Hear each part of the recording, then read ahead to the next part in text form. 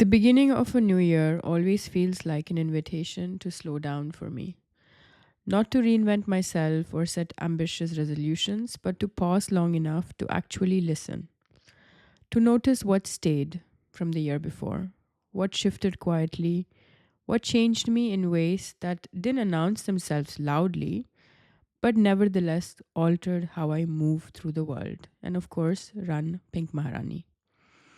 2025 was one of those years for me. A year that worked beneath the surface. A year that tested, softened, and clarified things in a way I'm still integrating and will continue to. Below are some of my truths, not necessarily conclusions, but just learnings that emerge through experience. Take what resonates and leave the rest.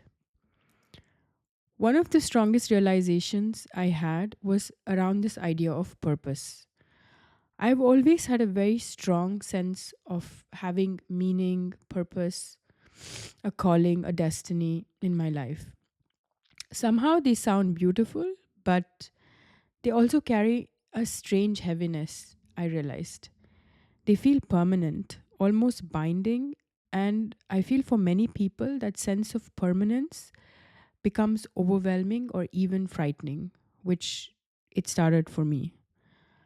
I've come to feel that following one's joy is a much gentler and honest starting point. Not joy as a constant excitement or happiness, but joy as a quiet pull, a sense of aliveness, something that feels nourishing and grounding rather than demanding and pressurizing. Joy can show up in moments that look insignificant from the outside. For example, time with your family, a walk in nature, creating something simple because it just feels good, or even doing nothing at all. I don't believe joy guarantees happiness, but I do believe it leads to a more contented, fulfilled life. And contentment to me, I realized, has been deeply underrated, at least in my life. Funnily enough, the Pink Marani slogan is true luxury is to find peace of mind. And so I'm reminded of that when I think of chasing joy instead of the big word happiness with the capital H. Another unexpected learning was how misunderstood boredom has become. We are so conditioned to be busy, productive, efficient, always chasing the next task, or even filling every minute, every moment, or even jaywalking. But I started to question what was all this striving actually for? Some of the most meaningful ideas, insights, and inner shifts in human history didn't happen in the moments of peak productivity, but in in between spaces, in moments of idleness, wandering, and apparent nothingness.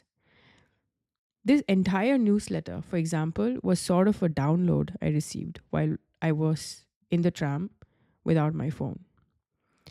In 2025, I learned to let boredom exist without immediately trying to escape it. And slowly, I even began to enjoy it.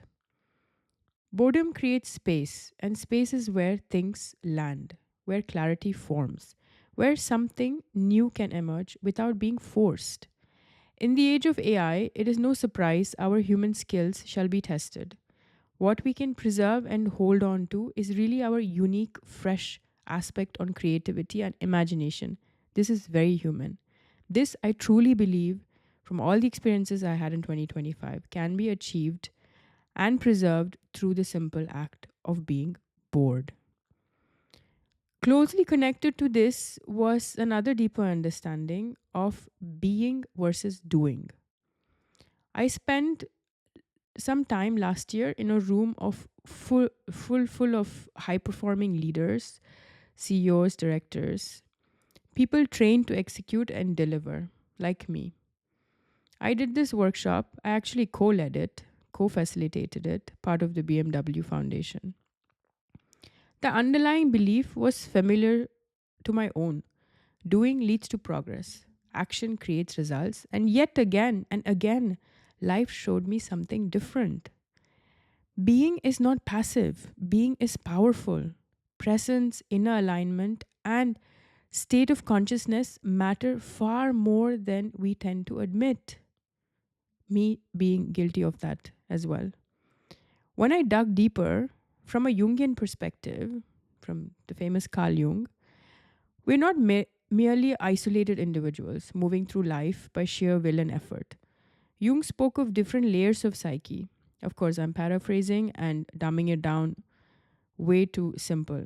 But in simple words, we have the conscious ego, the personal unconscious, shaped by our lived experiences, and beneath that, the collective unconscious, a shared field of archetypes, instincts, and inherited patterns that basically connect us all far beyond our individual selves. We tend to operate almost exclusively from the ego most of the day, most of the month, most of the year. I'm pretty sure most of us would be nodding their head right now, believing that progress comes only from doing, pushing, deciding, and controlling outcomes. But much of what truly shapes our lives, if you think back, the big moments in your life, in my life, happens beneath the surface, happens when things cannot be controlled in either the personal and also the collective spaces. When we ground ourselves, be present, and are internally aligned, we're not just calming our nervous system or easing anxiety, we're influencing how we relate to these deeper layers of our psyche. This affects clarity, intuition, health, and even the quality of opportunities and decisions that we make and also arise. From the outside, this way of being can look passive or counterproductive. In reality, it is quietly powerful, working through channels that are subtle, unseen, and profoundly effective.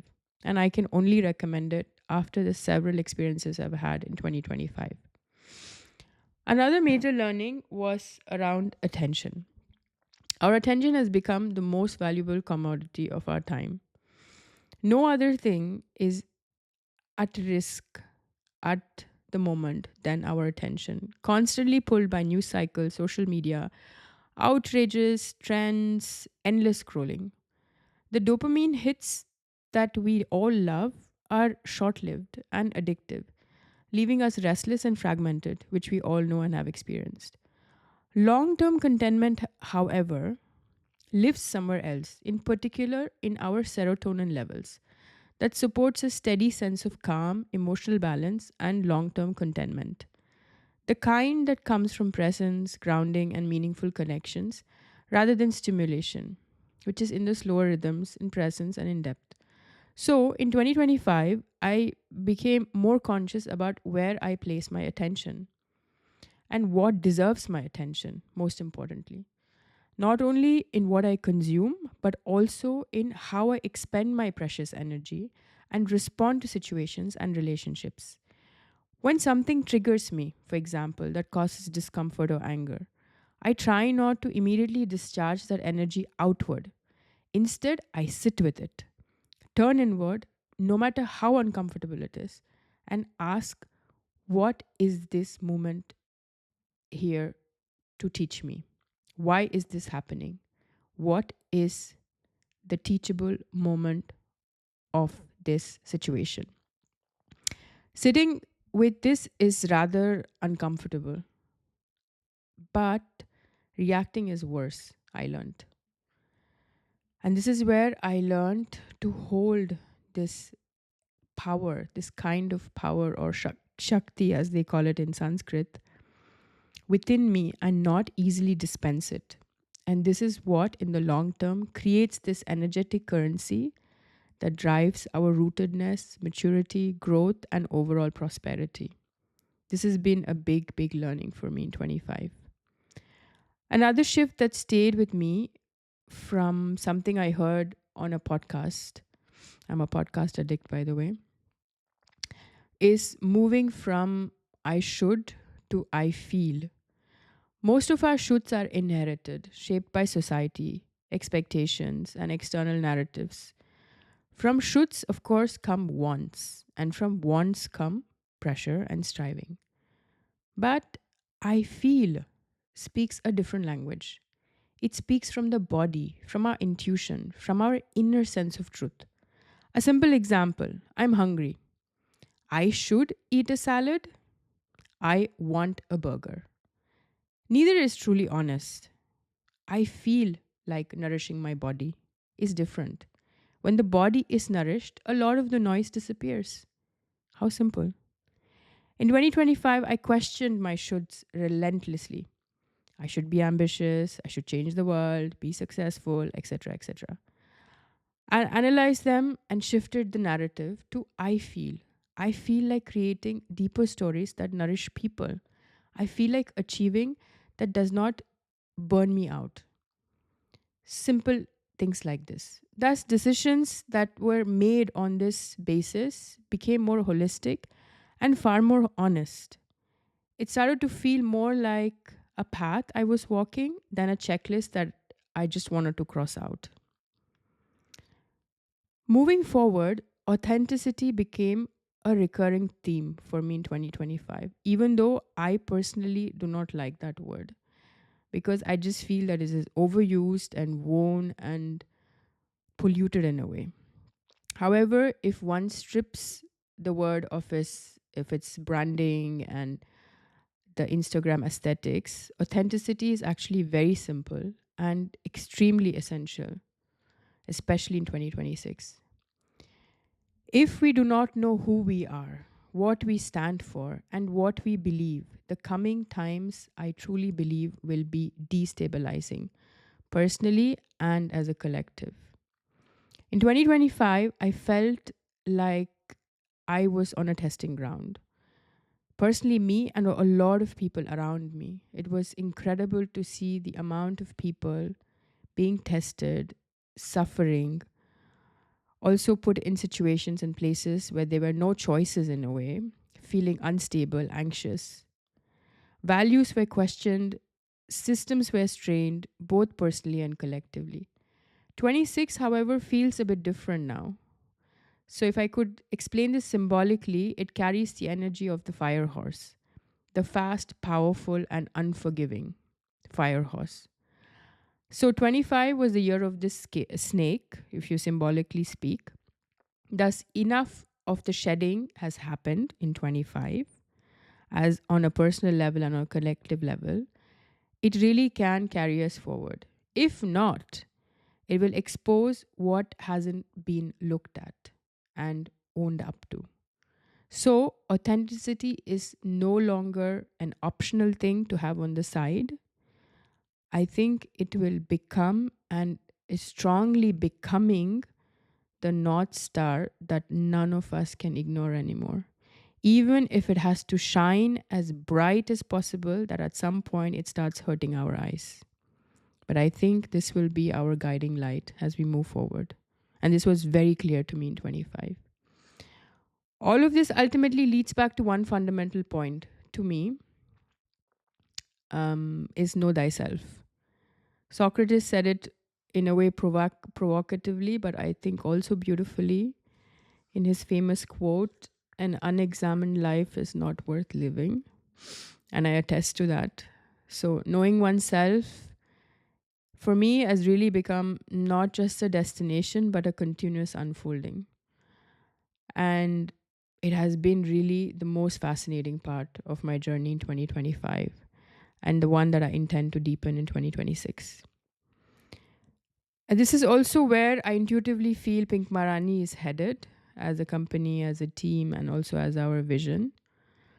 Slowly, intentionally, with depth, because without asking the most fundamental basic question of who am I, really, everything else remains on a surface level.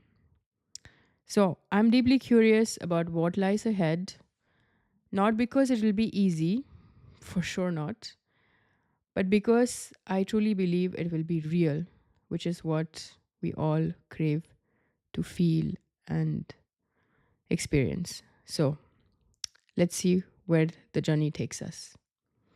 Adios.